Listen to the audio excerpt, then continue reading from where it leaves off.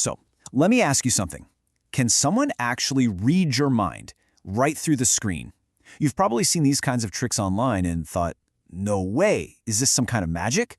Well, today we're going to break one of these down, and you're going to see the fascinating psychology that makes it work. It's a huge question, isn't it?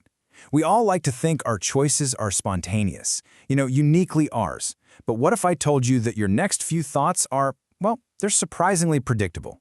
Let's find out just how predictable. Okay, here's what we're going to do.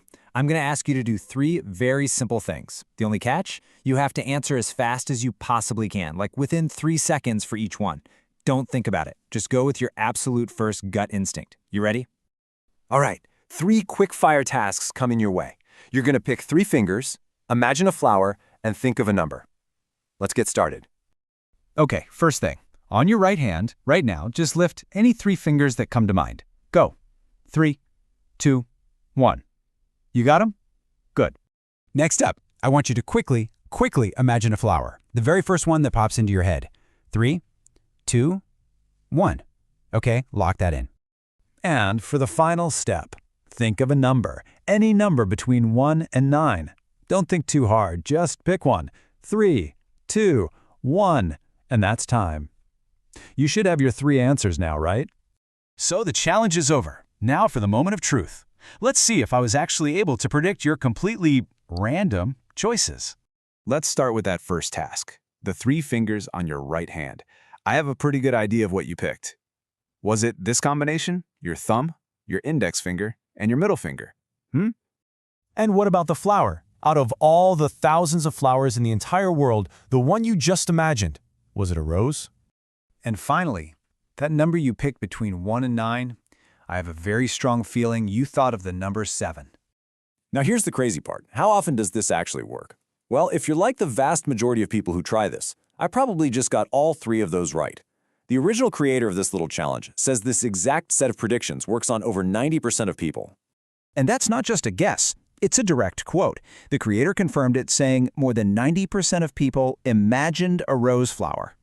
So the big question is, how is that even possible? This has nothing to do with mind reading or some kind of weird psychic power. Nope.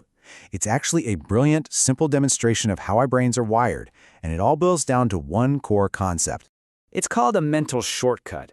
See, our brains are hardwired to be efficient, to save energy whenever possible. So when you're forced to make a snap decision, like in our little 3-second challenge, your brain doesn't bother searching for some unique, creative answer.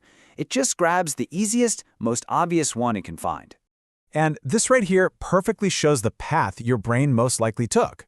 For the fingers, raising your thumb, index, and middle finger is just the most natural, ergonomic way to do it. Easy.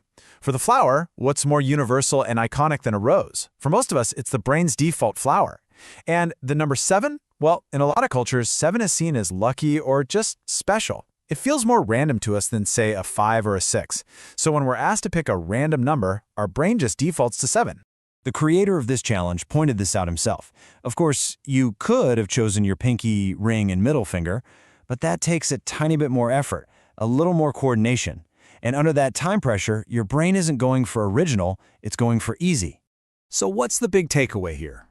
This simple little trick pulls back the curtain on a fundamental truth about our minds. A lot of the time, we're just running on a very, very predictable autopilot. So let's break down what we've learned. Number 1, your brain is lazy. It loves the path of least resistance. 2, time pressure is the key that forces you down that path. 3, our shared culture plays a huge role.